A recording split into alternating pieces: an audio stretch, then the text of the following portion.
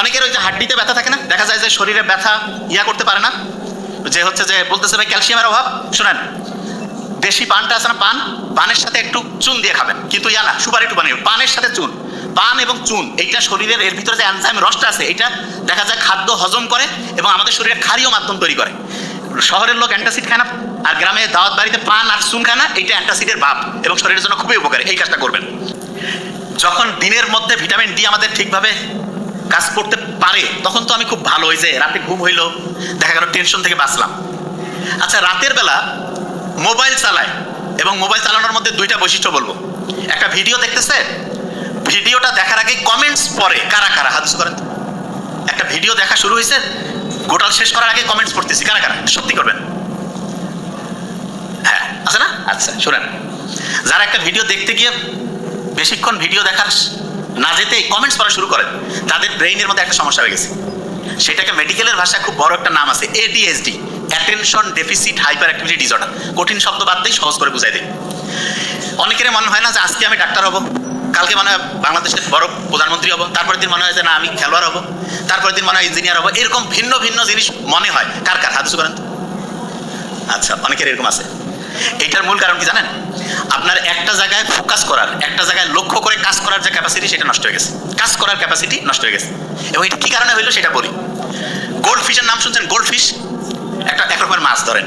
এইটা একটা জায়গায় ফোকাস করতে, একটা জিনিস মন দিয়ে শুনতে, মানে মনোযোগের সাথে করতে পারে 9 সেকেন্ড। আর আমরা যারা মানুষ আছি, মাইক্রোসফট কোম্পানি গবেষণা করছে মানুষের একটা জায়গায় মনোযোগ দেওয়ার, একটা জিনিসের প্রতি মানে হচ্ছে যে অ্যাটেনশন দেওয়ার টাইম এখন হচ্ছে 8 সেকেন্ড। কত সেকেন্ড? তাহলে কোন তো গোল্ড ফিশ আর মানুষ, এই দুইটার মধ্যে অ্যাটেনশন কার কম? মানুষের। 8 সেকেন্ড। আপনার তো মনে হবে যে না আমি তো 8-10 ঘন্টা পড়ি, ঘন্টু পড়া হয় না। আপনারা পৃথিবীর খুব সেরা একজন ধনী মানুষ, ঠিক আছে, উনি মাত্র 5 থেকে 6 মিনিট অ্যাটেনশন দিতে পারতেন। আর আপনি যদি এটা 2-3 মিনিট করতে পারেন তাহলে খুব ভালো।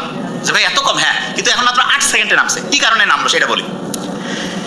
রাতের ঈশান নামাজের পরে প্রয়োজন ছাড়া, পড়াশোনা ছাড়া, কোনো উদ্দেশ্য নাই, মোবাইলের মধ্যে আন্দাজে কি দেখতেছেন সে নিজেও জানে না, কি খুঁজতেছে সে নিজেও জানে না।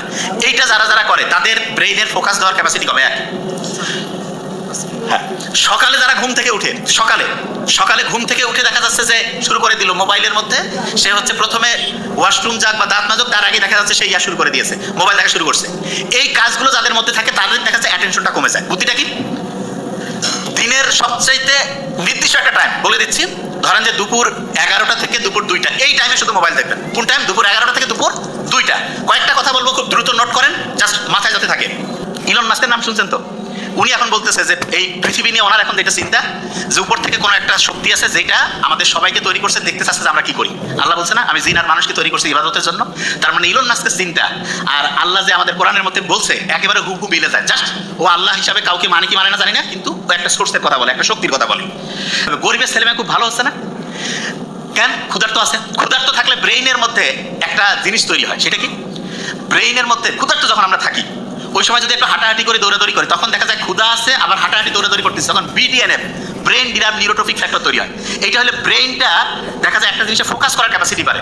আগেকার দিনে আমরা কি করতাম? দেখা যেত পথে ঘাটে জঙ্গলে শিকার করে খাইতাম, সারাদিন শিকারের পিছনে দৌড়াচ্ছি, যতক্ষণ খাবার পাইনি ততক্ষণ ব্রেন খুব ছাড়, যখনই খাবার পাইলাম খাওয়ার পরে ঘুমাই পড়লাম। এই জন্য ছোট বাচ্চা গরিব থাক ধনী থাক তাকে ক্ষুধাতে একটু রাখবেন। অনেকে খালি বারবার খায়, নো, তার ব্রেইনের সর্বোচ্চ বিকাশের জন্য তাকে ক্ষুধার্ত অবস্থায় একটু রাখবেন এবং ওই সময় তাকে পড়তে বলবেন।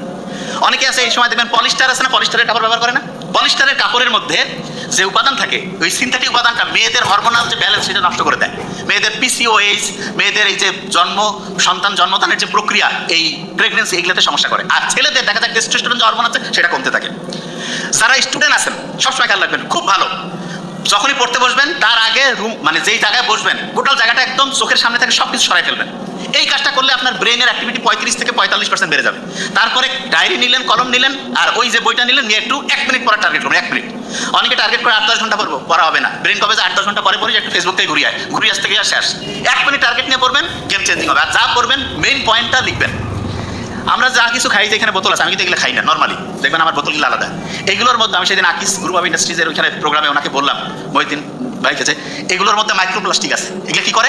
রক্তের মধ্যে ঢুকে রক্তের নালীগুলোকে আস্তে আস্তে আস্তে আস্তে আস্তে জ্যাম করে দেয় এবং রক্ত ঠিকভাবে কাজ করতে পারে না, রক্ত হচ্ছে জ্যামের মধ্যে পড়ে যায়। রক্ত যদি জ্যাম লাগে রক্ত যদি ঠিকভাবে কাজ না করে তখন দেখা যায় আমাদের শরীরে রোগ জীবাণু বাঁধে।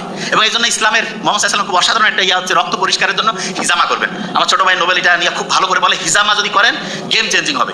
এবং সব খাবারের মধ্যে এত প্লাস্টিক, বিজ্ঞানীরা দেখছে প্রতিদিন প্রায় 50,000 মাইক্রোপ্লাস্টিক আমাদের শরীরে ঢুকতেছে। আস্তে আস্তে এটা আমাদের কোষগুলোর যে স্বাভাবিক গঠন ধ্বংস করতেছে এবং আমরা ক্যান্সার, আলসার, লিভারের সমস্যা, এই বড় বড় সমস্যার দিকে আগায় যাচ্ছি।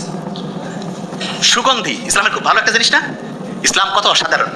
বিজ্ঞানীরা এখন দেখতেছে কেউ যখন বডি স্প্রে, মানে এক কথা সে আতর মাখুক আর যাই মাখুক, সুগন্ধি যখন সে ব্যবহার করে তার ব্রেইনের দুইটা অংশ প্রিফ্রন্টাল কর্টেক্স, হিপ্পোক্যাম্পাস অ্যাক্টিভ হয়ে যায়। হইলে কি হবে, পড়া দ্রুত শর্ট টার্ম থেকে লং টার্ম মেমোরিতে যাবে, পড়া মনে থাকবে। আরেকটা জিনিস বলে রাখি যেটা খুব ইম্পর্টেন্ট, যখন আপনি পড়বেন, যখন আপনি একটা নতুন জিনিস পড়বেন, নতুন, তখন বাম হাতটা মুষ্টি করে পড়বেন।